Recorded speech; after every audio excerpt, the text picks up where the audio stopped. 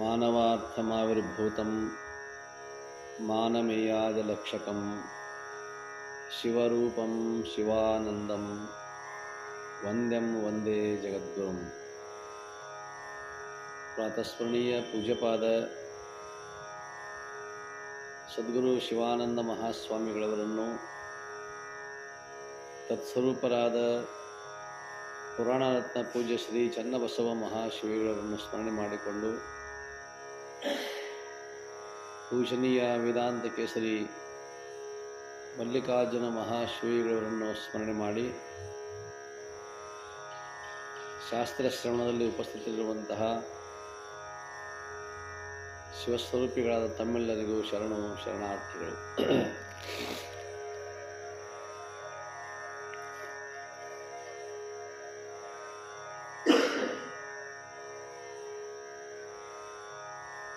ಸುಮ್ಮನಾಗದು ವಿಧಿಯೊಳೊಂದದೆ ಮುಕುತಿ, ಮಾನವನ ಅಂತಿಮ ಗುರಿ ಮೋಕ್ಷ, ಅರ್ಥಾತ್ ಜನನ ಮರಣ, ಈ ಹುಟ್ಟು ಸಾವುಗಳಿಂದ ಬಿಡುಗಡೆ ಮಾಡಿಕೊಂಡು ಶೂನ್ಯ ಸ್ಥಿತಿಯಲ್ಲಿರುವಂಥ ಒಂದು ಯಾವುದೋ ಒಂದು ಅವ್ಯಕ್ತವಾಗಿರ್ತಕ್ಕಂತಹ ಶಕ್ತಿಯನ್ನು ನಮ್ಮಲ್ಲಿ ಅಂಗವಿಸಿಕೊಂಡು ಪುನಃ ಪುನಃ ಪುನಃ ಪುನಃ ಹುಟ್ಟೋದು ಸಾಯುವುದು, ಹುಟ್ಟೋದು ಸಾಯುವುದು, ಇವುಗಳನ್ನು ತಪ್ಪಿಸಿಕೊಂಡು ಆನಂದವಾಗಿರಬೇಕನ್ನುವಂಥ ಒಂದು ಇಚ್ಛೆಯನ್ನು ಇಟ್ಕೊಂಡಿರ್ತಕ್ಕಂಥ ಸಾಧಕರು ನಮ್ಮ ಮಧ್ಯದಲ್ಲೇ ಇದ್ದುಕೊಂಡು ಜೀವನ್ಮುಕ್ತರಾಗಿ ಹೋದವರಿದ್ದಾರೆ.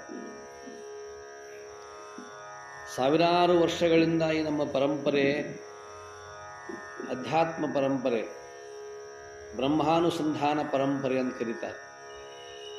ಈ ಬ್ರಹ್ಮಾನುಸಂಧಾನವನ್ನು ಮಾಡಿಕೊಂಡು ಮುಕ್ತರಾಗಬೇಕು ಅನ್ನುವಂಥ ಒಂದು ಏಕೈಕ ಉದ್ದೇಶ. ಇಲ್ಲಿ ಉಳಿದ ಯಾವ ಲಾಭಗಳೂ ಇಲ್ಲ.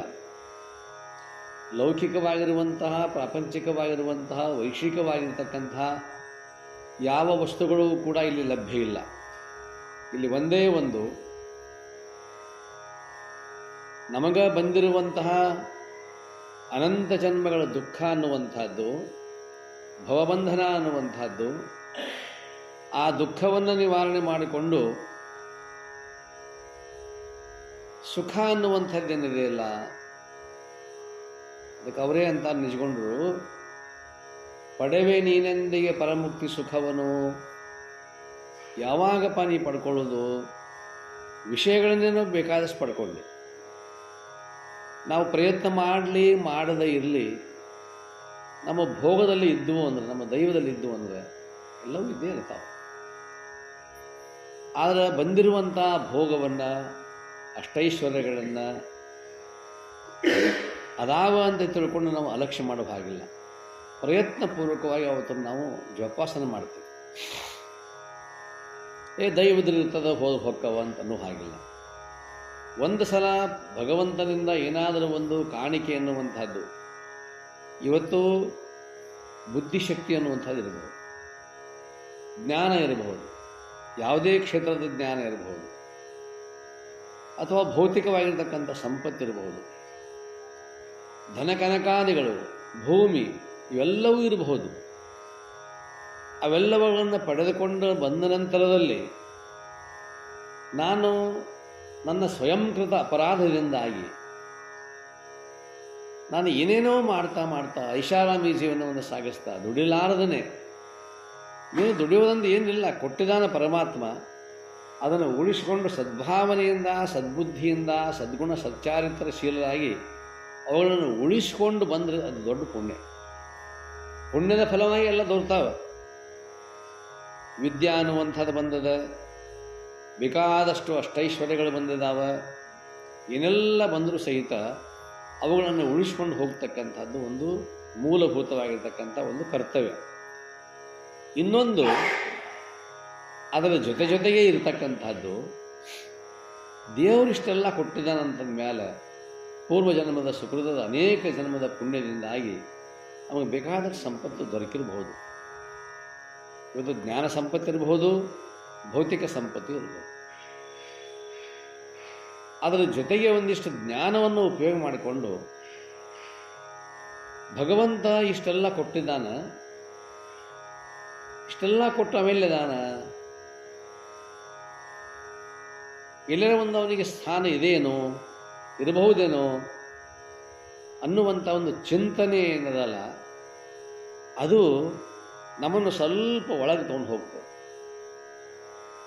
ಯಾವುದರಲ್ಲಿ ಪರಮಾತ್ಮ ಇದ್ದಾನೆ, ಭೌತಿಕವಾಗಿರ್ತಕ್ಕಂಥ ವಸ್ತುಗಳಲ್ಲಿದ್ದಾನೋ, ಆ ವಸ್ತುಗಳನ್ನು ಅನುಭವಿಸುವಂಥ ಇಂದ್ರಿಯಗಳಲ್ಲಿದ್ದಾನೋ, ಅಥವಾ ಇಂದ್ರಿಯಗಳಿಗೆ ಪ್ರಚೋದನೆ ಕೊಡ್ತಕ್ಕಂಥ ಮನಸ್ಸು ಅನ್ನುವಂಥದ್ದಿದೆ ಅದರಲ್ಲಿದ್ದಾನೋ, ಅಥವಾ ಬುದ್ಧಿ ಅನ್ನುವಂಥದ್ದು ಇದೆಲ್ಲ, ಎದರಲ್ಲಿ ದೇವರು ಇರಬಹುದು, ಯಾವ ವಸ್ತುವಿನಲ್ಲಿ, ಯಾವ ಗುಣದಲ್ಲಿ, ಯಾವ ಇಂದ್ರಿಯಗಳಲ್ಲಿ, ಯಾವ ಅಂತಃಕರಣದಲ್ಲಿ ಎಲ್ಲಿಯಾದರೂ ಇರಬಹುದೇನೋ ಅನ್ನುವಂಥ ಒಂದು ಸ್ವಲ್ಪ ಚಿಕಿತ್ಸಕ ಬುದ್ಧಿ ಪ್ರಾರಂಭ ಆಯಿತು ಅಂತಂತಂದರೆ ಸ್ವಲ್ಪ ಅವನಿಗೆ ಚಿಂತನೆಗೆ ಅವಕಾಶ ಕೊಡ್ತದೆ.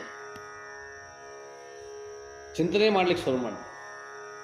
ಯಾವಾಗ ಆಧ್ಯಾತ್ಮಿಕವಾಗಿರ್ತಕ್ಕಂಥ ಚಿಂತನೆ ಆರಂಭವಾಯಿತೋ ಆವಾಗ ಭೌತಿಕವಾಗಿರ್ತಕ್ಕಂಥ ಈ ವಸ್ತುವಿನ ಕಡೆಗೆ ಒಂದು ಲಕ್ಷ್ಯ ಕಡಿಮೆ ಆಯ್ತಲ್ಲ, ಸಾಕು, ಇಷ್ಟೆಲ್ಲ ಭೋಗಿಸಿದ್ದೇನೆ, ಇನ್ಯಾಕೆ ಬೇಕು, ಅದೆಲ್ಲವನ್ನು ಬಿಟ್ಟು ಕೊಡೋಣ ಅಂತ ತಿಳ್ಕೊಂಡಂತೇಳಿ ಹಿಂದಿರತಕ್ಕಂಥವ್ರಿಗೆ ಬಿಟ್ಟು ಕೊಡುವ ಆಸೆಯನ್ನು ಮಾಡೋಕ್ಕೆ ಶುರು ಮಾಡ್ತಾರೆ. ಅದು ಎರಡು ರೀತಿಯಿಂದ ವೈರಾಗ್ಯ ಬರಬಹುದು. ಒಂದು ಸ್ವಯಂ ಸಿದ್ಧವಾಗಿರ್ತಕ್ಕಂಥ ಆತ್ಮಚಿಂತನೆಯನ್ನು ಮಾಡ್ತಾ ಇರುವಾಗ ಇಷ್ಟೆಲ್ಲ ನಾನು ಆತ್ಮಚಿಂತನೆ ಮಾಡ್ಕೊಳ್ಬೇಕಾಗಿದೆ, ಇದಕ್ಕೆ ಅಡ್ಡಿಯಾಗಿರ್ತಕ್ಕಂಥ ವ್ಯವಹಾರದ ಇವೆಲ್ಲ ಲೌಕಿಕ ಕಾರ್ಯಗಳದಾವ, ಹಿಂದಿರತಕ್ಕಂಥವ್ರು ಮಾಡ್ಕೊಂಡು ಹೋಗಲಿ ಅಂತ ತಿಳ್ಕೊಂಡು ತನ್ನ ವಂಶಜರಿಗೆ ಅದನ್ನೆಲ್ಲ ಬಿಟ್ಟುಕೊಟ್ಟು ತಾನು ನಿಶ್ಚಿಂತವಾಗಿರ್ತಕ್ಕಂಥದ್ದು ಒಂದು. ಎಲ್ಲ ಅನುಕೂಲದ, ಮಕ್ಕಳು, ಸೊಸೆಯಂದಿರು, ಭಾವಂದಿರು ಎಲ್ಲರೂ ಅನುಕೂಲದ. ಇದು ಒಂದು ತರಗತಿ. ಇನ್ನು ಒಂದು, ಎಷ್ಟೆಲ್ಲ ಇದ್ದರೂ ಸಹಿತ ನಮ್ಮವರಿಂದಲೇ, ನಮ್ಮ ಬಂಧು ಬಾಂಧವರಿಂದ, ನಮ್ಮ ಸ್ವಜನರಿಂದ, ಸತಿಪುತ್ರಾದಿಗಳಿಂದ ಅಡ್ಡಿ ಆತಂಕಗಳು ನನ್ನ ಸಾಧನೆಗೆ ಬರಲಿಕ್ಕೆ ಶುರು ಮಾಡಿದವು ಅಂದ್ರೆ, ಅಥವಾ ನನ್ನ ಒಂದು ಕಾರ್ಯಭಾರ ಅಂತಕ್ಕಂಥದ್ದು ಅಲ್ಲಿ ನಡೆದೇ ಇದ್ದಾಗ ಸಹಜವಾಗಿ ವೈರಾಗ್ಯ ಅಂತಕ್ಕಂಥದ್ದು ಬರ್ತದೆ. ಸಹಜವಾಗಿ ಬರ್ತದೆ. ಹಂಗೆ ಸಹಜವಾಗಿ ವೈರಾಗ್ಯ ಬಂದ ನಂತರದಲ್ಲಿ ಎಲ್ಲಿ ಹೋಗಬೇಕು? ಬರ್ತಕ್ಕಂಥದ್ದು ಗುರುಸ್ಥಾನ. ಮಾರ್ಗದರ್ಶನ ಮಾಡ್ತಾನೆ ಸದ್ಗುರು ಅಂತಕ್ಕಂಥ. ಅಂತಹ ಆ ಒಬ್ಬ ಸದ್ಗುರುನಾಥನನ್ನು ಆಶ್ರಯ ಮಾಡಿಕೊಂಡು, ಗುರುವಿನ ಆಶ್ರಯವಿಲ್ಲದೆ, ಅವನ ಮಾರ್ಗದರ್ಶನ ಇಲ್ಲದೇ ನನಗೆ ಆ ಜ್ಞಾನ ಮಾರ್ಗ ಅಂತಕ್ಕಂಥದ್ದು, ಕೈವಲ್ಯ ಮಾರ್ಗ ಅನ್ನುವಂಥದ್ದು, ಮೋಕ್ಷ ಮಾರ್ಗ ಅನ್ನುವಂಥದ್ದು ತಿಳಿಯೋದಿಲ್ಲ. ಅದು ಹೊಸ ದಾರಿ. ನಾವೆಲ್ಲ ಹಳಿ ದಾರಿಯಾಗಿ ಓಡಾಡೇವಿ. ವಿಷಯಗಳು ಹಳಿ ದಾರಿಗಳು ಎಲ್ಲ ಬಹಳ ಓಡಾಡೇವಿ. ಆದರೆ ಅದು ಹೊಸ ದಾರಿ. ಹೊಸ ದಾರಿಯನ್ನು ತೋರಿಸ್ತಕ್ಕಂಥ ಒಬ್ಬ ಅದಾನಲ್ಲ. ಹಾಗಾದರೆ ಅಂಥ ಗುರುನಾಥ ಅದಾನಂತಂದ ಮೇಲೆ ಅವರು ಹೇಳ್ತಾರೆ, ಗುರುಪಾದ ಸೇವೆಯನ್ನು ಒಲವಿಂದ ಮಾಡದೆ ಅಂದಾರ ಅವರು. ಗುರುಗಳ ಸೇವೆಯನ್ನು ಮಾಡಲಾರದನೆ ನಿನಗೆ ದೊರೆಯೋದಿಲ್ಲ, ಮೋಕ್ಷ ಮಾರ್ಗ ನಿನಗೆ ಲಭ್ಯ ಆಗುವುದಿಲ್ಲ. ಹಾಗಾದರೆ ಆ ಗುರುವಿನ ಲಕ್ಷಣ ಏನು? ಎಂಥವಿರ್ತಾನೆ ಗುರು? ನೀವೆಲ್ಲ ಹೇಳಿದ್ರಿ ಹಿಂದಕ್ಕೆ, 6 ತೆರನಾದ ಭಾವಕರಿಗೆ ಅನುಗುಣವಾಗಿ ಅವರಿಗೆ ನಾನು ಗುರುಕುಲದ ಆ ಪದ್ಧತಿಯನ್ನು ಹೇಳೇನೆ ಅಂತ ಹೇಳಿದ್ರಿ. ಅದರಲ್ಲಿ ಕೊನೆಯದಾಗಿರ್ತಕ್ಕಂಥವನು ವಿಹಿತ ಗುರು ಅಂತಕ್ಕಂಥವನು. ಆ ವಿಹಿತ ಗುರು ಅದನ್ನಲ್ಲ, ಅವನ ಲಕ್ಷಣ ಏನು ಅಂತ ಕೇಳ್ತಾನೆ ಶಿಷ್ಯ. ಅವಾಗ ಆ ಗುರುವಿನ ಲಕ್ಷಣಗಳನ್ನು ಹೇಳ್ಕೊತ ಹೋಗ್ತಾರೆ. ಅನೇಕ ಪ್ರಕಾರವಾಗಿರ್ತಕ್ಕಂತಹ ಗುರುಗಳು ಅದಾರ. ಅದು ಇಲ್ಲಿ ವಿಹಿತ ಗುರು ಅಂತಕ್ಕಂಥವನು ನನ್ನ ಆತ್ಮ ಸಾಕ್ಷಾತ್ಕಾರವನ್ನು, ನನ್ನ ಇಂದ್ರಿಯಗಳನ್ನು, ನನ್ನ ಭೌತ ದೇಹವನ್ನು, ನನ್ನ ಮನಬುದ್ಧಿ ಚಿತ್ತ ಅಹಂಕಾರಗಳನ್ನು ಎಲ್ಲವನ್ನು ಮುಂದೆ ತೆಗೆದಿಟ್ಟು ಇದು ನೀನೋ ಇದು ನೀನೋ, ಯಾವುದು ನೀನು ಇದರಲ್ಲಿ ಅನ್ನುವಂತಹ ಕೆಲಸವನ್ನು ಮಾಡಿಸ್ಬೇಕಾಗಿರ್ತಕ್ಕಂಥ ವ್ಯಕ್ತಿಯ ಲಕ್ಷಣಗಳೇನು, ಗುಣಗಳೇನು ಅಂತ ಕೇಳಿದಾಗ ಅವನಲ್ಲಿರ್ತಕ್ಕಂತಹ, ಗುರುವಿನಲ್ಲಿರ್ತಕ್ಕಂಥ ಮೊದಲನೇ ಲಕ್ಷಣ ಕರುಣೆ. ಕರುಣೆ ಅನ್ನುವಂಥದ್ದು ಬೇಕು. ಯಾರಲ್ಲಿ ಕರುಣೆ ಬೇಕು ಅಂತಂದರೆ, ಯಾರು ಬ್ರಹ್ಮಜ್ಞಾನವನ್ನು ಪಡೆದುಕೊಂಡು ಮುಕ್ತನಾಗಬೇಕಂತ ಬಂದಿರ್ತಾರ, ಮೊದಲನೇದ್ದು ಆ ಸಾಧಕನ ಮೇಲೆ, ಶಿಷ್ಯನ ಮೇಲೆ ಅವನು ಅಪಾರವಾಗಿರ್ತಕ್ಕಂಥ ಕರುಣೆ ಬೇಕು. ಅದನ್ನು ಬಿಟ್ಟರೆ ಮತ್ತು ಗತಿ ಇಲ್ಲ.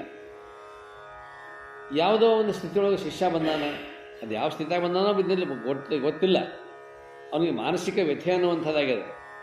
ಎರಡು ರೀತಿಯಾಗಿರ್ತಕ್ಕಂಥ ವ್ಯಥೆ. ಹುಟ್ಕೊಂಡು ಬಂದಿದ್ದೇನೆ, ಹುಟ್ಟು ಬಂದಿದ್ದೇನೆ, ಜನ್ಮವನ್ನು ಸಾರ್ಥಕ ಮಾಡಿಕೊಳ್ಳಬೇಕು, ಮೋಕ್ಷವನ್ನು ಪಡೀಬೇಕಂತ ತಿಳ್ಕೊಂಡು ತಮ್ಮ ಹತ್ತಿರ ಬಂದೇನೆ ಅಂತಕ್ಕಂಥದ್ದು ಒಂದು. ಇನ್ನು ಎರಡನೇದು, ಸಂಸಾರದಲ್ಲಿ ವ್ಯಾಕುಲ ಚಿತ್ತನಾಗಿ, ಬುದ್ಧಿ ಭ್ರಮಿತನಾಗಿ, ಏನೋ ಒತ್ತಡದಿಂದಾಗಿ ಸಾಂಸಾರಿಕ ಬಂಧನ ಅಂತಕ್ಕಂಥದ್ದನ್ನು ಬಾಧಿಸಿತು, ಆ ಬಂಧನದಿಂದ ಬಿಡುಗಡೆ ಆಗಬೇಕಂತ ತಿಳ್ಕೊಂಡು ಬಂದಿದ್ದೇನೆ. ಒಂದನೇದು ಆ ಬಂಧನ, ಎರಡನೇದು ಜನನ ಮರಣದ ಬಂಧನ. ಇವು ಎರಡರ ಬಗ್ಗೆ ಕೂಲಂಕುಷವಾಗಿ ಆ ವ್ಯಕ್ತಿಯನ್ನು ನೋಡಿದ ಕ್ಷಣವೇ ಗುರುವಿಗೆ ಅನ್ನಿಸ್ತದೆ, ಇವನಲ್ಲಿ ಈ ಲಕ್ಷಣಗಳದಾವ, ಇವನಲ್ಲಿ ಏನೋ ವ್ಯಥೆ ಅನ್ನುವಂಥದ್ದದ ಅಥವಾ ಆಸಕ್ತಿ ಅನ್ನುವಂಥದ್ದು. ಬ್ರಹ್ಮಜ್ಞಾನದಲ್ಲಿ ಆಸಕ್ತಿ, ಸಂಸಾರದ ದುಃಖದಿಂದಾಗಿ ವ್ಯಥೆ. ಇವೆರಡರಲ್ಲಿ ಯಾವುದಾದ್ರೂ ಒಂದು ಇವನಿಗೆ ಇದ್ದಿರಲೇಬೇಕು. ಇಲ್ಲದೇ ಇದ್ದರೆ ಈ ವ್ಯಕ್ತಿ ನಮ್ಮ ಹತ್ರ ಬರಲಿಕ್ಕೆ ಸಾಧ್ಯವಿಲ್ಲ ಅಂದಾಗ ಆ ವ್ಯಕ್ತಿಯನ್ನು ಮೊದಲು ಸಾಂತ್ವನ ಮಾಡ್ತಕ್ಕಂಥ ಕೆಲಸ ಗುರುವಿನದು. ಅದಕ್ಕೆ ಕರುಣೆ ಅಂತ ಕರೀತಾರೆ. ಇಂಥ 8 ಗುಣಗಳನ್ನು ಅಂತ ಕರುಣೆ, ದಯೆ ಅನ್ನುವಂಥದ್ದು ಬೇಕು. ಅದಕ್ಕೆ ಅವರಂದರು, ಕರುಣವಿರಲಿ ಜೀವರುಳು. ಬರೇ ಒಬ್ಬ ಶಿಷ್ಯನಲ್ಲಿ ಅಷ್ಟೇ ಅಲ್ಲ, ಕರುಣ ಅಂತಕ್ಕಂಥದ್ದು ಸರ್ವಭೂತಗಳಲ್ಲಿ ಎಲ್ಲರಲ್ಲೂ ಕೂಡ ಕರುಣಾಭಾವ ಅಂತಕ್ಕಂಥದ್ದು ಇರಬೇಕು. ಅದರಲ್ಲಿ ಅನುಭವ ಸಾರದಲ್ಲಿ ಮತ್ತೊಂದು ಗ್ರಂಥದಲ್ಲಿ, ನಿಜಗುಣದೇ ಮತ್ತೊಂದು ಗ್ರಂಥ, ಆ ಅನುಭವ ಸಾರದಲ್ಲಿ ಕರುಣೆ ಸತ್ಕಲೆ ಶಾಸ್ತ್ರ ಪರಿಣತೆ ನೀರಾಸೆ ಸೌಂದರತೆ ಸುಮುಖತ್ವ ಸುಗುಣ ಸುಜ್ಞಾನಗಳಿರಲವನೇ ಸೇವ್ಯ ಗುರುವಕ್ಕೂ. ಗುರು ಅಂದ್ರೆ ಯಾರು? ಕರುಣೆ, ಮೊದಲನೇದು ಕರುಣೆ. ಸತ್ಕಲೆ, ಸತ್ಕಳೆ, ಅವನಲ್ಲಿ ಯಾವುದಿರಬೇಕು ಅಂದರೆ ಬ್ರಹ್ಮನಿಷ್ಠತ್ವ ಅಂತಕ್ಕಂಥದ್ದು, ಅದೇ ಕಲೆ. ಅದಕ್ಕೆ ಸತ್ಕಳಾ ಅಂತ ಕರೀತಾರೆ. ಸತ್ಕಲೆ, ಸದ್ರೂಪದ ಕಳಾ ಅಂತಕ್ಕಂಥದ್ದು. ಸದ್ರೂಪ ಹೇಗದ? ಚೈತನ್ಯ ರೂಪವಾಗಿ, ಪ್ರಕಾಶ ರೂಪವಾಗಿ. ಭಗವಂತ ಅಂತಕ್ಕಂಥವನು ಕತ್ತಲೆಯ ರೂಪದಲ್ಲಿ ಯಾವಾಗೂ ಇಲ್ಲ. ಅವನು ಭಾರವಿ, ಜ್ಞಾನ ಭಾಸ್ಕರ. ಅವನಲ್ಲಿ ಯಾವಾಗಲೂ ಕೂಡ ಜ್ಞಾನ ಅನ್ನುವಂಥ ಪ್ರಕಾಶ ಯಾವಾಗಲೂ ಕೂಡ ತೋರ್ತದೆ. ಕರುಣೆ ಇರಬೇಕು. ಕರುಣೆ ಇಲ್ಲದೇ ಇದ್ದರೆ ಆ ಕರುಣಾರಸ ಅಂತಕ್ಕಂಥದ್ದು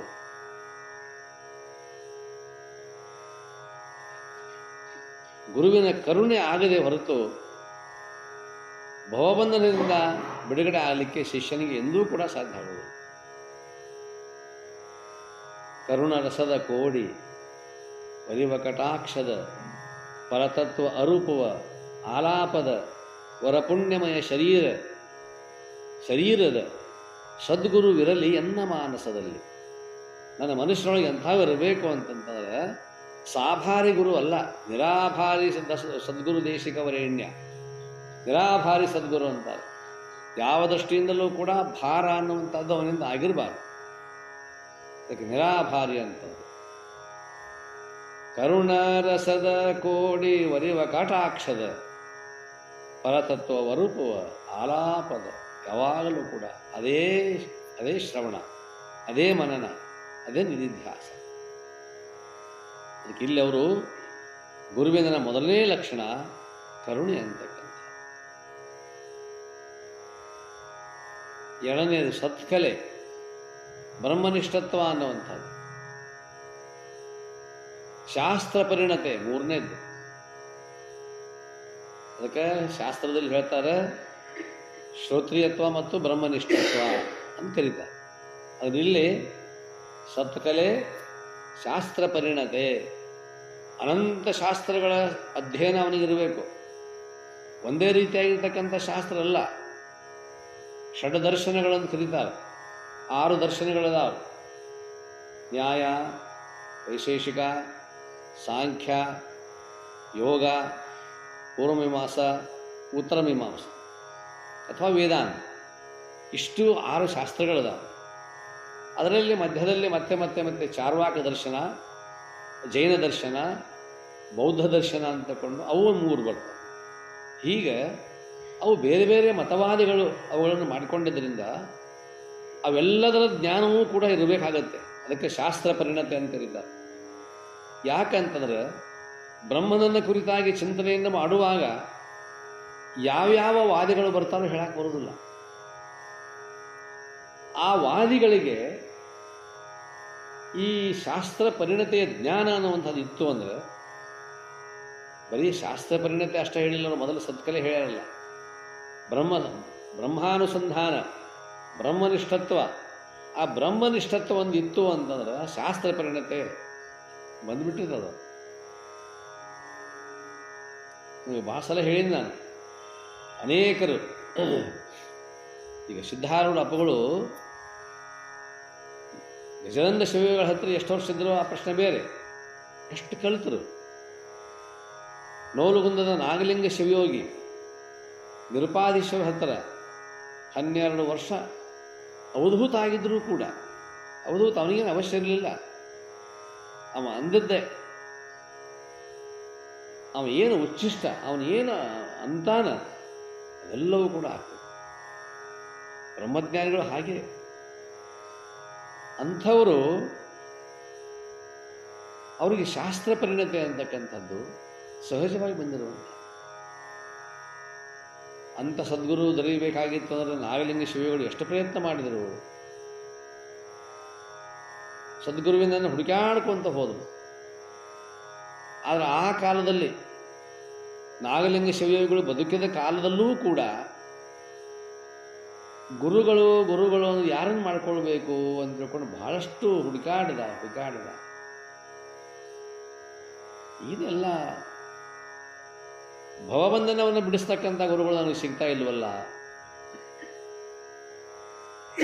ಎಲ್ಲರೂ ಎಂಥವ್ರು ಅಂದ್ರೆ ನನ್ನಿಂದ ಏನು ಸಾಧ್ಯದ, ನನ್ನಿಂದ ಏನು ಮಾಡಿಸ್ಕೊಳ್ಳಿಕ್ಕೆ ಸಾಧ್ಯದ ಅಂಥದನ್ನೇ ಮಾಡಿಸ್ಕೊಂಡ್ರೆ ನಮ್ಮನ್ನು ಕೈ ಬಿಡ್ತಾರೆ ವಿನಃ ನಮ್ಮನ್ನು ಉದ್ಧಾರ ಮಾಡ್ತಕ್ಕಂಥ ಕೆಲಸ ಇದ್ಯಾರು ಮಾಡೋದಿಲ್ಲ ಅನ್ನೋದು ಗೊತ್ತು ಮಾಡಿಕೊಂಡು ಇನ್ನು ಹುಡುಕಾಡೋದು ಬೇಡ ಗುರುವಿನ ಅಂದರು ನಾಗಲಿಂಗ ಶಿವಯೋಗಿಗಳು. ಎಷ್ಟು ಹುಡುಕಾಡಿದ್ವಿ. ಎಲ್ಲರೂ ಒಂದು ತರಹ ಅದಾರ, ಒಂದೊಂದರಲ್ಲಿ ಸಿಲುಕೊಂಡಿದ್ದಾರೆ ಅಂತ ತಿಳ್ಕೊಂಡು ನಾಗಲಿಂಗ ಶಿವಯೋಗಿ ಹಳ್ಳದಾಗ ಹಳ್ಳ ಹರಿತಿತ್ತಲ್ಲ, ಒಣಗಿರ್ತದೆ ಹಳ್ಳ, ಉಸುಕಿರ್ತೈತಿ.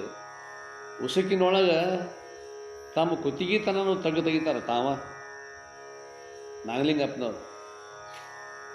ಕುತ್ತಿಗೆತನ ತೆಗೆದು ಅಲ್ಲೇ ಎಲ್ಲ ಮಳಲು ಹಾಕ್ಕೊಂಡು ಒಳಗೆ ಇಳಿದು ಕೈಲೇ ಜಕ್ಕೊಂತಾರೆಲ್ಲ, ಎಲ್ಲ ಕೈಲೇ ಜಕ್ಕೊಂಡು ಕುತ್ತಿಗೆತನ ಇಟ್ಕೊಂಡಿರ್ತಾರೆ. ಅವಾಗ ಅಂಕಲಿಗೆ ಅಡವಿ ಸಿದ್ದೇಶ್ವರ ಶಿಷ್ಯ ನಿರುಪಾದಿಗಳು ಕುದುರೆ ಹತ್ಕೊಂಡು ಬರ್ತಿರ್ತಾರೆ. ಕುದುರೆ ಒಂದು ಸ್ವಲ್ಪ ನೀವು ಅವಧೂತಲ್ಲ, ಕುದುರೆ ಕಾಲು ಕೆದರಾಕತ್ತೆ,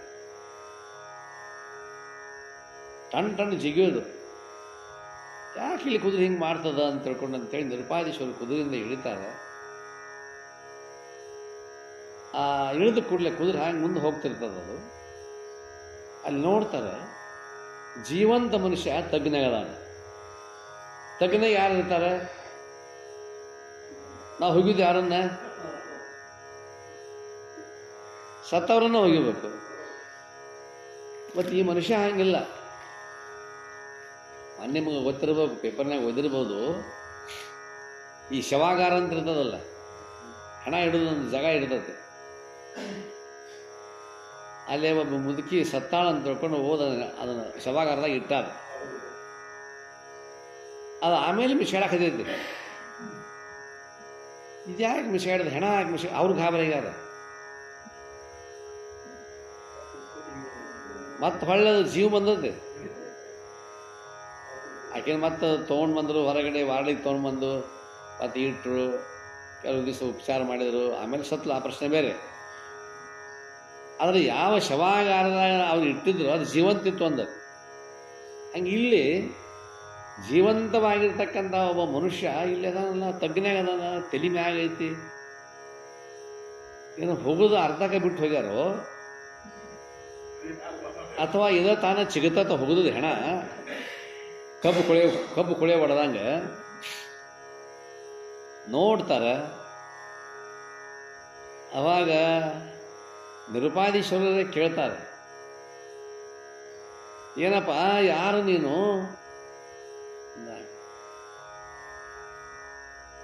ಮಾರಾಯ ಅದನ್ನ ತಿಳ್ಕೊಳ್ಬೇಕಂತ ತಿಳ್ಕೊಂಡು ರಗಡ್ ತಿರುಗಾಡಿ ನೋಡಿದ್ನಿ, ಯಾವ ತಿಳಿಸಿಲ್ಲ ಅದನ್ನ.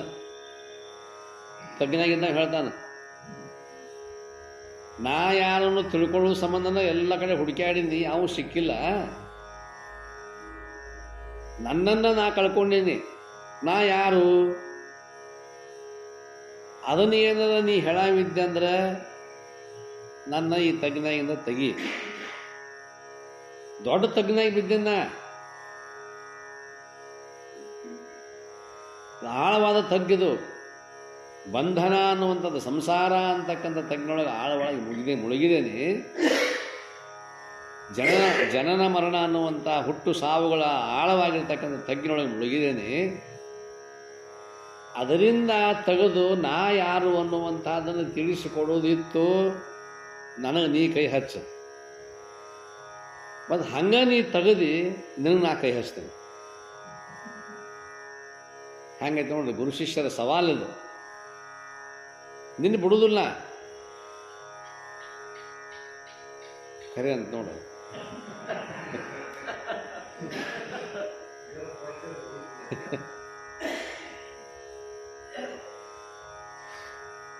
ಅವರು ಬ್ರಹ್ಮಜ್ಞಾನಿಗಳು, ನಿರುಪಾದೀಶ್ವರರು, ಅಂಕಲಿಗಳ ಅಪ್ಪನ ಶಿಷ್ಯರು. ಅವಾಗ ಅವ್ರು ಆತಪ್ಪ ತಿಳ್ಕೊಂತಾರ, ಅವರು ಯೋಗ್ಯ ಶಿಷ್ಯ ಇದ್ದಾನೆ, ಇವ ಸಾಮಾನ್ಯ ವ್ಯಕ್ತಿ ಅಲ್ಲ, ಈ ಲೋಕೋದ್ಧಾರವನ್ನು ಮಾಡಲಿಕ್ಕೆ ಬಂದಿರತಕ್ಕಂಥ ಮಹಾನ್ ವ್ಯಕ್ತಿ ಈತ ಅಂತ ತಿಳ್ಕೊಂಡು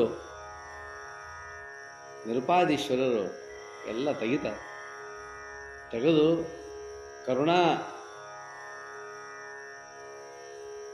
ಅಂಥ ಕರುಣೆ ನೋಡಿ, ಅದನ್ನು ತೆಗೆದು ಮಠಕ್ಕೆ ಕರ್ಕೊಂಡು ಹೋಗಿ ಸ್ನಾನ ಪೂಜಾದಿನೆಲ್ಲ ಮಾಡಿ ಅವನು ದೀಕ್ಷೆಯನ್ನು ಕೊಟ್ಟು 12 ವರ್ಷ ಅನಂತ ಗ್ರಂಥಗಳ ಶಾಸ್ತ್ರ ಪರಿಣತೆ, ಅನೇಕ ರೀತಿಯಾಗಿರ್ತಕ್ಕಂತಹ ಶಾಸ್ತ್ರ ಗ್ರಂಥಗಳನ್ನು ಬೋಧಿಸ್ತಾರೆ. ಮತ್ತು ಅವರಲ್ಲಿ ಬ್ರಹ್ಮನಿಷ್ಠತ್ವ ಅನ್ನುವಂಥದ್ದು ಇತ್ತಂತ ತಿಳ್ಕೊಂಡು ನೀವು ಕೈ ಹೆಚ್ಚಿದ್ರು. ಅವರು ಇಂಥವ್ರು ಬಹಳ ಮಂದಿ ನೋಡಿದ್ದವ ನಾಗಲಿಂಗಪ್ಪ. ಬಹಳ ವರ್ಷ ತಿರುಗಾಡಿದ, ಗುರುಗಳನ್ನು ಮಾಡ್ಕೋಬೇಕಂತ ತಿಳ್ಕೊಂಡು ಎಲ್ಲೆಲ್ಲೋ ಹೋದ, ಸರಿ ಅನ್ನಿಸ್ಲಿಲ್ಲ.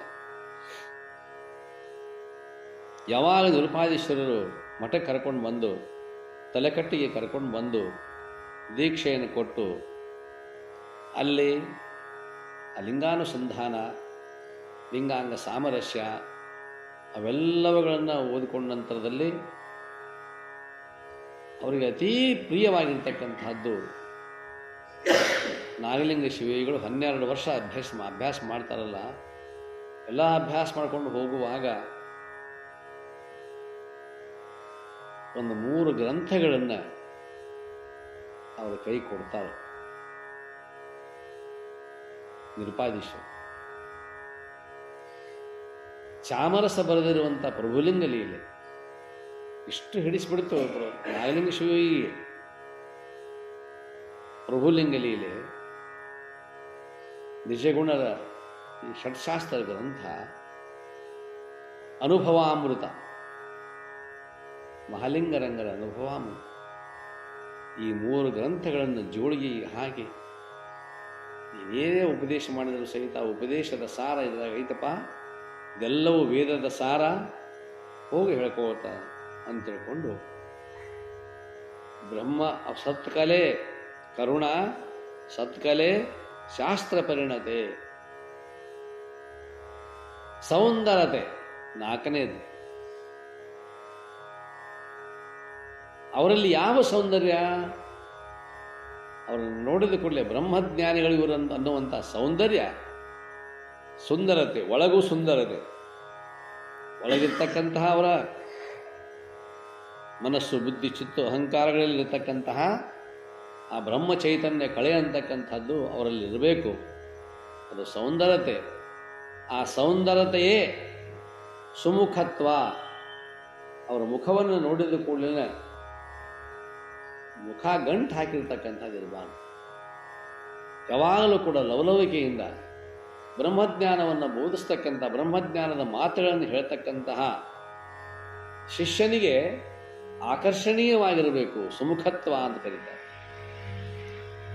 ಕರುಣ, ಸತ್ಕಲೆ, ಶಾಸ್ತ್ರ ಪರಿಣತೆ, ನಿರಾಶೆ. ನಿರಾಶೆ, ಯಾವುದೂ ಆಶೆ ಇಲ್ಲ. ಲೌಕಿಕ ಅಲೌಕಿಕ ಯಾವುದೂ ಆಶೆ ಇಲ್ಲ ಗುರುವಿಗೆ.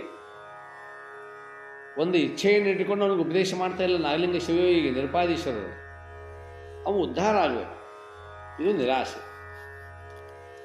ಸೌಂದರ್ಯತೆ, ಸುಮುಖತ್ವ ಆ ಒಳ್ಳೆಯ ಲಕ್ಷಣ ಅನ್ನುವಂಥ. ಆ ವ್ಯಕ್ತಿಯನ್ನು ನೋಡಿದ ಕೂಡಲೇ ಆ ವ್ಯಕ್ತಿಯ ಮಾತು ಕೇಳಬೇಕು, ಅವರನ್ನು ಅನುಸರಿಸಬೇಕು, ಅವ್ರ ಜೊತೆ ಒಡನಾಡಬೇಕು ಅನ್ನುವಂಥ ಇದಕ್ಕೆ ಸುಮುಖತ್ವ ಅಂತೇಳಿ. ಆಮೇಲೆ 7ನೇದ್ದು ಸುಜ್ಞಾನ. ಸುಜ್ಞಾನ ಅವನಲ್ಲಿ ಯಾವಾಗಲೂ ಕೂಡ ಸುಜ್ಞಾನ ಅಂತಂದ್ರೆ ಅಲ್ಲಿ ಅಜ್ಞಾನಕ್ಕಂತೂ ಅವಕಾಶ ಇಲ್ಲ ಇಲ್ಲ. ಒಳ್ಳೆಯ ಜ್ಞಾನ ಅನ್ನುವಂಥದ್ದು ಯಾವುದು ಅಂದರೆ ಬ್ರಹ್ಮಜ್ಞಾನವೇ. ಕರುಣ, ಸತ್ಕಲೆ, ಶಾಸ್ತ್ರ ಪರಿಣತೆ, ನಿರಾಸೆ, ಸೌಂದರ್ಯತೆ, ಸುಮುಖತ್ವ, ಸುಗುಣ, ಒಳ್ಳೆಯ ಗುಣಗಳು. ಅಲ್ಲಿ ದುರ್ಗುಣಕ್ಕಂತೂ ಅವಕಾಶ ಇಲ್ಲೇ ಇಲ್ಲ. ಸುಗುಣ, ಸುಜ್ಞಾನಗಳು ಇರಲು ಅವನೇ ಸೇವ್ಯ ಗುರುವಕ್ಕೂ. ಇಲ್ಲಿ ಏನು ಹೇಳೋರು? ಗುರುಪಾದ ಸೇವೆಯನ್ನು ಒಲವಿಂದ ಮಾಡದೆ ಅಂದರವರು. ಎಂತಹ ಗುರುವಿನ ಸೇವಾ ಮಾಡು ಅಂದರೆ ಈ 8 ಲಕ್ಷಣಗಳದಾವಲ್ಲ, ಆ 8 ಲಕ್ಷಣಗಳಿಂದ ಕೂಡಿಕೊಂಡಿರ್ತಕ್ಕಂಥ ವ್ಯಕ್ತಿ ಯಾವನುಂಟೋ ಅವನ ಸೇವೆಯನ್ನು ನೀನು ಮಾಡು. ಯಾವ ರೀತಿ ಸೇವೆಯನ್ನು ಮಾಡೋದು? ಆಪ್ತನಾಗಿ, ಅವನ ಅಂಗಸ್ಥಾನ, ಆಪ್ತ, ಅಂಗ, ಸ್ಥಾನ, ಸದ್ಭಾವ, ಈ 4 ಲಕ್ಷಣಗಳಿಂದ ಕೂಡಿಕೊಂಡಿರ್ತಕ್ಕಂತಹ ಶಿಷ್ಯನೇ ನೀನು. ಇಂತಹ ಗುರುವಿನ ಸೇವೆಯನ್ನು ಮಾಡಿದ್ದಾದರೆ ಅವಾಗ ಅಂತಹ ಗುರುವಿನ ಶ್ರೀ ಗುರು ವಚನೋಪದೇಶವನ್ನು ಆಲಿಸಿದಾಗಲೇ ಅಹುದು ನರರಿಗೆ ಮುಕ್ತಿ. ಸುಮ್ಮನೆ ಅದು ಅವ್ರು ಏನಂದಾರ ಅವರು? ಶ್ರೀ ಗುರು ವಚನೋಪದೇಶವನ್ನು ಆಲಿಸಿದ ಆಗಲೇ ತಕ್ಷಣ ಹೋಟೆಲ್ನಾಗ ಹೋಗಿ ಕುಂದು ಕೂಡಲೇ ಒಂದು ಚಹಾ ಅಥವಾ ದ್ವಾಸಿ ಇಡ್ಲಿ ಆರ್ಡರ್ ಮಾಡಿದ್ರೆ ತಕ್ಷಣ ತರ್ತಾರನ ಅವರು? ಒಟ್ಟು ಟೈಮ್ ಬೇಕಲ್ರಿ. ಅಲ್ಲೇಂದ್ರ ಸಿಟ್ಟಿಗೆ ಅದ್ರ ನೀ ನಡೆದಿತ್ತು, ಇಲ್ಲಿ ನಡೆಯಂಗಿಲ್ಲ. ಇಲ್ಲಿ ಏನಂದ? ಆಲಿಸಿದಾಗಲೇ ಹೇಳಿದ ಕೂಡಲೇ ಮುಕ್ತಿ ಆತ. ಸಾಧ್ಯ ಇಲ್ಲ. ಯಾವಾಗ ಆಗುವುದು? ಮತ್ತು ಶಿಷ್ಯನ ಲಕ್ಷಣ ಅದಾವ ನಾವು. ಇದು ಗುರುವಿಂದ ಆತ ಲಕ್ಷಣಗಳು. ಗುರುವಾಗಿರ್ತಕ್ಕಂಥವನಲ್ಲಿ ಎಷ್ಟು 8 ಗುಣಗಳನ್ನು ಹೊಂದಿಕೊಂಡಿರ್ತಕ್ಕಂಥ ತಾಕತ್ತಿದ್ದರೆ ಮಾತ್ರ ಉಪದೇಶವನ್ನು ಮಾಡಲಿಕ್ಕೆ, ಶಿಷ್ಯನನ್ನು ಉದ್ಧಾರ ಮಾಡಲಿಕ್ಕೆ, ಬ್ರಹ್ಮಜ್ಞಾನವನ್ನು ಕರುಣಿಸಲಿಕ್ಕೆ ಅವನಿಗೆ ಯೋಗ್ಯತೆ ಅನ್ನುವಂಥದ್ದು ಇರುತ್ತದೆ. ಇಲ್ಲದೇ ಇದ್ದರೆ ಅವನಲ್ಲಿ ಯೋಗ್ಯತೆ ಇಲ್ಲ. ಇದರಲ್ಲಿ ಯಾವುದು ಕೊರತೆ ಆಗಬಾರದು. 8ರಲ್ಲಿ 1 ಕೊರತೆ ಆದರೂ ಸಹಿತ ಆಗುವುದಿಲ್ಲ. ಕರುಣೆ, ಸತ್ಕಲೆ, ಶಾಸ್ತ್ರ ಪರಿಣತೆ, ನಿರಾಸೆ, ಸೌಂದರ್ಯತೆ, ಸುಮುಖತ್ವ, ಸುಗುಣ, ಸುಜ್ಞಾನಗಳು ಇರಲು ಅವನೇ ಸೇವೆ ಗುರುವಕ್ಕು. ಇಂತಹ 8 ಗುಣಗಳು ಇದ್ದು ಅಂತಂದರೆ ಅವನು ಸೇವೆಯನ್ನು ಮಾಡಿಸಿಕೊಳ್ಳಲಿಕ್ಕೆ ಅರ್ಹನಾಗಿರ್ತಕ್ಕಂಥವನು ಅಂತ ಹೇಳ್ತಾರೆ. ಅಂಥ ಗುರುವಿನ ಪಾದ ಸೇವೆಯನ್ನು ಒಲವಿಂದ ಮಾಡದೆ, ಒಟ್ಟು ಅಲ್ಲಿ ಬ್ಯಾಸರ ಅನ್ನುವಂಥದ್ದಿರಬಾರ್ದು. ಮತ್ತು ಆ ಗುರುಗಳು ಹೆಂಗಿರ್ತಾರಲ್ಲ, ಒಂದು ಆಗೋದಕ್ಕೆ ಹಂಗೆ ಪೂರ್ಣಿಸ್ತಿರ್ತಾರೆ ಅವರು. ಇದಾದ ಕೂಡಲೇ ಅದಾದ ಕೂಡಲೇ ಇದೆಲ್ಲಿ ಅಧ್ಯಾತ್ಮದಲ್ಲಿ, ಅಧ್ಯಾತ್ಮ ಕ್ಷೇತ್ರದಲ್ಲಿ ಆ ಸಾಧಕನನ್ನು ಅವ್ರು ಹಂಗೆ ಸಡ್ಲು ಬಿಡಂಗಿಲ್ಲ. ಸಡ್ಲು ಬಿಟ್ಟಿರೋದು ಅದಕ್ಕೆ ಏನಂತ ಧಾರಾಕಾರ ವೃತ್ತಿ ಅಂತಾರೆ. ಧಾರಾವೃತ್ತಿ, ದೇವ್ರ ಮೇಲೆ ನೀವು ಅಭಿಷೇಕ ಮಾಡೋ ಹೊತ್ತಿನಾಗ ಧಾರಾಪತ್ರೆ ಕಟ್ಟಿರ್ತೀರಿ. ಅದು ನೀರು ನಿರಂತರವಾಗಿ ತಟ ಬೀಳುವುದಲ್ಲ, ಧಾರಾಕಾರವಾಗಿ ಬೀಳ್ತದೆ. ಹಂಗೆ ಇಲ್ಲಿ ಶಿಷ್ಯನ ಅಂತಃಕರಣ ವೃತ್ತಿ ಅನ್ನುವಂಥದ್ದು ಗುರುವಿನ ಸೇವೆಯಲ್ಲಿ ನಿರಂತರ ಧಾರಾಕಾರ ವೃತ್ತಿಯಾಗಿ ಹರಿತಿರ್ಬೇಕದು. ಅದು ಹಂಗೆ ಆ ಗುರುವಿನ ಸೇವಾ ಅನ್ನುವಂಥದ್ದು ಶಿಷ್ಯನಲ್ಲಿ, ಆ ಕರುಣೆ ಅನ್ನುವಂಥ ಜಲ ಅನ್ನುವಂಥದ್ದು ಗುರುವಿನಲ್ಲಿ ಓತಪ್ರೋತವಾಗಿ ಹರಿತಿರಬೇಕದು. ಆವಾಗ ಸಹಜವಾಗಿ ಅವನ ಕ್ರಿಯೆಗಳು, ಅವನ ಭಾವನೆಗಳು, ಅವ ಮಾತನಾಡ್ತಕ್ಕಂಥ ಶೈಲಿಗಳು, ಅವ ಮಾತಿನಲ್ಲಿರ್ತಕ್ಕಂಥ ಶಕ್ತಿ, ಪ್ರತಿಯೊಂದನ್ನು ಅನುಸರಿಸ್ತಕ್ಕಂಥ ಕೆಲಸ ಶಿಷ್ಯ ಮಾಡ್ತಿರ್ತಾನೆ. ಬೆಕ್ಕು, ನಾಯಿ, ಇಲಿ, ಯಾವುದೇ ಪ್ರಾಣಿ ತಗೋರು ನೀವು, ಆ ಪ್ರಾಣಿಗಳು ತಮ್ಮ ಸ್ವಭಾವನ ತಮ್ಮ ಮಕ್ಕಳಿಗೆ ಕಲಿಸ್ತಾವಿಲ್ಲೋ? ಬೆಕ್ಕಿನ ಮರಿ ಇಟ್ಟಿರ್ತಾವೆ, ಸಣ್ಣ ಸಣ್ಣ ಮರಿ ಇರ್ತಾವೆ. ಒಮ್ಮೊಮ್ಮೆ ಹಾಲು ಕುಡಿಯೋದು ಯಾವಾಗ ಅವು ಬಂದ್ ಮಾಡೋಕ್ಕೆ ಶುರು ಮಾಡ್ತಾವೋ, ಆ ಕಡೆ ಏನರ ತಿನ್ಬೇಕನ್ನುವಂಥ ಭಾವ ಆ ಇಲಿ ಮರಿಗಳಿಗೆ ಬರಕ್ಕೆ ಹತ್ತಿವು ಅಂದ್ರೆ, ಅಥವಾ ಬೆಕ್ಕಿನ ಮರಿಗೆ ಬರಕ್ಕೆ ಹತ್ತಿವು ಅಂದ್ರೆ, ತಾಯಿ ಬೆಕ್ಕು ವಿಚಾರ ಮಾಡ್ತದೆ. ಯಾವ ಪ್ರಾಣಿ ಹಡಿದಿರ್ತದೆ ಆ ಪ್ರಾಣಿ ವಿಚಾರ ಮಾಡ್ತದೆ, ಇಂದ ನಾನು ನನ್ನ ಮೊಲೆಯ ಸ್ತನಪಾನ ಅನ್ನುವಂಥದ್ದು ಇವಕ್ಕೆ ಅವಶ್ಯಕತೆ ಇಲ್ಲ, ಇನ್ನು ಹೊರಗಿನ ಪದಾರ್ಥಗಳನ್ನು ತಿಂದು ಬದುಕಬೇಕು ಅಂತ ತಿಳ್ಕೊಂಡು ವಿಚಾರ ಮಾಡಿ ಆ ಬೆಕ್ಕು ಬ್ಯಾಟಿ ಕಲಿಸ್ತದೆ. ಕಲಿಸೋ ಹೊತ್ತಿನಾಗ ಅಲ್ಲಿ ಯಾವೂ ಇರಂಗಿಲ್ಲ. ಇನ್ನು ತನ್ನ ಬಾಲನ ಬ್ಯಾಟಿ ನೋಡಿರಿ ನೀವು, ಬಾಲ ಹೆಂಗೆ ಮಾಡ್ತದೆ. ಆ ಬೆಕ್ಕಿನ ಮರಿ 4 ಬೆಕ್ಕಿನ ಮರಿ ಇರ್ತಾವೆ, ಜಿಗದು ಅದನ್ನು ಬಾಲ ಇಡಕ್ಕೆ ಅದು ಸುಮ್ಮನೆ ಕುದಿರ್ತದೆ, ಮುಂದೆ ಮುಖ ಮಾಡಿ.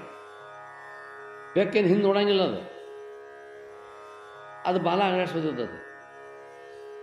ಅದು ಬಾಲ ಹೆಂಗೆ ಮಾಡಿರ್ತೈತಿ, ಸಹಜವಾಗಿರ್ತಕ್ಕಂಥ ಬಾಲ ಇರಂಗಿಲ್ಲ.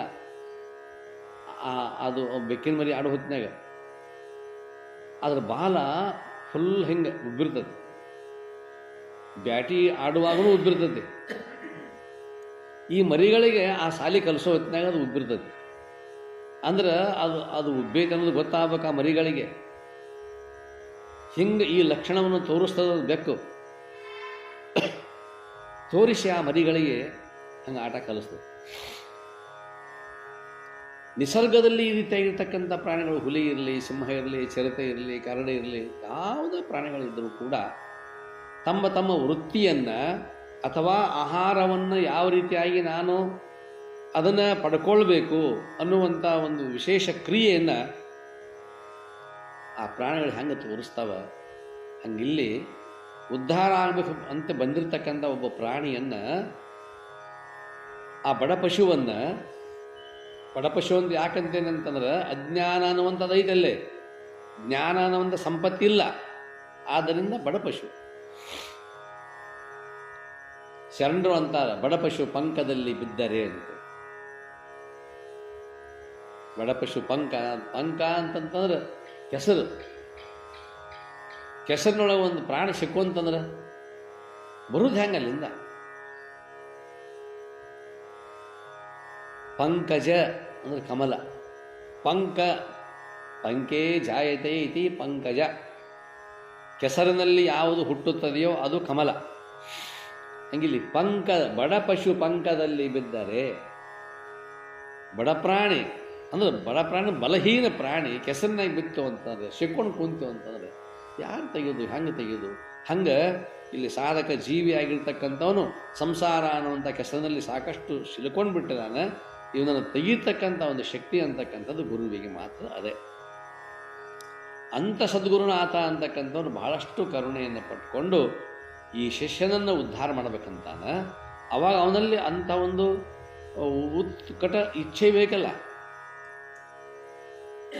ಇಲ್ಲಿ ಪ್ರಾಣಿಗಳಾಗಿರ್ತಕ್ಕಂಥಗಳು ಕೂಡ ಬೇಟೆಯನ್ನು ಆಡಿಸಿ ತಮ್ಮ ಮೂಲಭೂತವಾಗಿರುವಂಥ ಸಂಸ್ಕಾರವನ್ನು ಯಾವ ರೀತಿ ಕಲಿಸ್ತಾವೋ, ಇಲ್ಲಿ ಸದ್ಗುರುನಾಥ ಅಂತಕ್ಕಂಥವನು ತನ್ನಲ್ಲಿರುವಂತಹ ಎಲ್ಲ ಜ್ಞಾನವನ್ನು ಕೊಡಮಾಡಲಿಕ್ಕೆ ಜೀವನ ಪರ್ಯಂತವೂ ಅವನು ಪರಿಶ್ರಮ ಪಡ್ತಾನೆ. ಬರೀ ವರ್ಷ 2 ವರ್ಷ ಅಲ್ಲ, ಬರೀ ಒಂದು ಸಂಗೀತ ವಿದ್ಯೆ ಬರ್ಬೇಕಾದ್ರೆ 10ರಿಂದ 12 ವರ್ಷ ಬೇಕು ಸಾಧನೆ ಮಾಡಬೇಕಾದ್ರೆ. ಸಂಗೀತ ವಿದ್ಯೆ ಸಾಮಾನ್ಯ ಒಂದು ವಿದ್ಯೆ, ಸಂಗೀತ ವಿದ್ಯೆ ಏನೋ ಒಂದಿಷ್ಟು ದಿವಸ 1 ವರ್ಷ 2 ವರ್ಷ ಇರ್ತಾರೆ. ಅಲ್ಲಿ ವೀರೇಶ್ವರ ಪುಣ್ಯಾಶ್ರಮದಾಗ ಎದ್ದುಕೊಂಡು 1 ವರ್ಷ 2 ವರ್ಷ ಆದ ಕೂಡಲೇ ಪಾಪ ಅವ್ರಿಗೆ ಪರಿಸ್ಥಿತಿ ನಾಜೂಕ್ ಇರ್ತದೆ ಅಂತ ತಿಳ್ಕೊಂಡು ಜನಸೇವೆಯನ್ನು ಮಾಡಲಿಕ್ಕೆ, ಲೋಕ ಸೇವಾ ಮಾಡಲಿಕ್ಕೆ ಸಂಗೀತ ಅಭ್ಯಾಸ ಮಾಡ್ಕೊಂಡು ಹೋಗಿಬಿಡ್ತಾರೆ. ಆದರೆ ನಿಜವಾಗಿರ್ತಕ್ಕಂಥ ಅಭ್ಯಾಸಿ ಆಗಿರ್ತಕ್ಕಂಥವನು 12 ವರ್ಷ ಸಾಧನೆ ಮಾಡಿದ ನಂತರದಲ್ಲಿ ಅವನ ಮುಂದೆ ಸಂಗೀತ ಕಚೇರಿ ಮಾಡಲಿಕ್ಕೆ ಪ್ರಬುದ್ಧತೆ ಅಂತಕ್ಕಂಥದ್ದು, ಅವನು ಮಾಸ್ಟ್ರಿ ಅಂತಕ್ಕಂಥದ್ದು. ಹಾಗಿಲ್ಲಿ ಆ ಕಾಲದಲ್ಲಿ 12 ವರ್ಷ, 24 ವರ್ಷ, 36 ವರ್ಷ, 48 ವರ್ಷ ತನೂ ಬ್ಯಾಸರು ಮಾಡಿಕೊಳ್ಳಲಾರ್ದಂಗೆ ಗುರುಗಳ ಆಶ್ರಮದಲ್ಲಿ ಇದ್ದುಕೊಂಡು ಆ ಬ್ರಹ್ಮವಿದ್ಯೆಯನ್ನು, ವೇದಾಂತ ವಿದ್ಯೆಯನ್ನು ಕಲಿಯುವುದಷ್ಟೇ ಅಲ್ಲ, ತಾನು ಜ್ಞಾನಿನೇ ಆಗ. ಅದು ಹೆಂಗೆ ಆಗಾನ ಅಂತಂದ್ರೆ, ಹೇಳಿದಲ್ಲ, ಸಮುದ್ರದ ತಳ ನೋಡಕ್ಕೆ ಹೋದ ಉಪ್ಪಿನ ಗೊಂಬೆ ಸಮುದ್ರವೇ ಹೆಂಗಾಯ್ತು. ಹಂಗಿಲ್ಲಿ ಈ ಒಬ್ಬ ಸಾಧಕ ತನ್ನ ಎಲ್ಲ ಬಾಧಕಗಳನ್ನು ಕಳೆದುಕೊಂಡು ಬೋಧಕನಾಗಿರ್ತಕ್ಕಂಥ ಸದ್ಗುರುವಿನ ಮೂಲಕವಾಗಿ ತನ್ನ ಸಾಧ್ಯಸ್ಥಿತಿ ಯಾವುದಿತ್ತಲ್ಲ, ಸಿದ್ಧಸ್ಥಿತಿ ಯಾವುದಿತ್ತಲ್ಲ, ಅದನ್ನು ಪಡ್ಕೊಳ್ಳಿಕ್ಕೆ ಸಾಧ್ಯದ. ಅವನಿಗೆ ಇಂಥ ಲಕ್ಷಣಗಳು ಇರಬೇಕು, 8 ಲಕ್ಷಣಗಳು ಗುರುವಿಗೆ ಇರಬೇಕು. ಅಂಥವನು ಮಾತ್ರ ಆ ಗುರುವಿನಿಂದ ಮುಕ್ತಿಯನ್ನು ಪಡೀಲಿಕ್ಕೆ ಅರ್ಹತೆಯನ್ನು ಪಡಿತಾನ. ಅಂಥ ಗುರು ಇರಬೇಕು. ಹಂಗಾರೆ ಇವನಿಗೆ ಗುರುವಿಗೆ ಇಟ್ಟು ಲಕ್ಷಣ, ಅದು ಇನ್ನು ಶಿಷ್ಯನಿಗೆ ಇಟ್ಟಿರಬೇಕು, ಅದು ಬೇಕಲ್ಲ. ಆ ಸಿಂಹದ ಹಾಲು ಹಿಡಿಬೇಕಾತಂತಂದ್ರೆ ಬಂಗಾರದ ಪಾತ್ರೆನೇ ಬೇಕಂತ ಹೇಳ್ತಾರೆ. ಈ ಉಳಿದ ಪಾತ್ರೆ ಹಿಡಿದಿಲ್ಲ, ಅದು ಹಿಂಡಿಲ್ಲ, ಬಂಗಾರ ಪಾತ್ರೆ ನಾವು ಒಯ್ಲಿಲ್ಲ. ಗೊತ್ತಾದಲ್ಲ, ಸಿಂಹ ಹಿಂಡ್ಕೋಬೇಕಾಗಿತ್ತು. ಹಿಂಡಾಮ ಯಾರು? ಇವನೇ ಹಿಂಡಿರ್ತದೆ ಮೊದಲು ಹೋಗೋಣ ಅಂತ ದೊಡ್ಡದೊಂದು ಬಂಗಾರ ಪಾತ್ರೆ ಒಯ್ಯಬೇಕು. ಬಂಗಾರದಂಥ ಜೀವನನ ಅದು ಕೊಂದು ಹಾಕ್ತದೆ, ಸಿಂಹ ಬಿಡುವುದಿಲ್ಲ. ಹಂಗೆ ಇಲ್ಲಿ ಸದ್ಗುರುವಿನ ಉಪದೇಶವನ್ನು ಪಡೆದುಕೊಳ್ತಕ್ಕಂಥ ಶಿಷ್ಯನೂ ಕೂಡ ಅವನಿಗೂ ಒಂದಿಷ್ಟು ಲಕ್ಷಣ ಅದಾವೆ. ಆ ಲಕ್ಷಣಗಳನ್ನು ನಾಳೆ. ಜೈ ಮಂಗಲಂ, ಜೈ ನಮಃ ಪಾರ್ವತಿ ಪತೆ ಶಿವ ಹರ ಹರ ಮಹಾದೇವ್. ಸದ್ಗುರುನಾಥ ಮಹಾರಾಜ್ ಕಿ ಜೈ.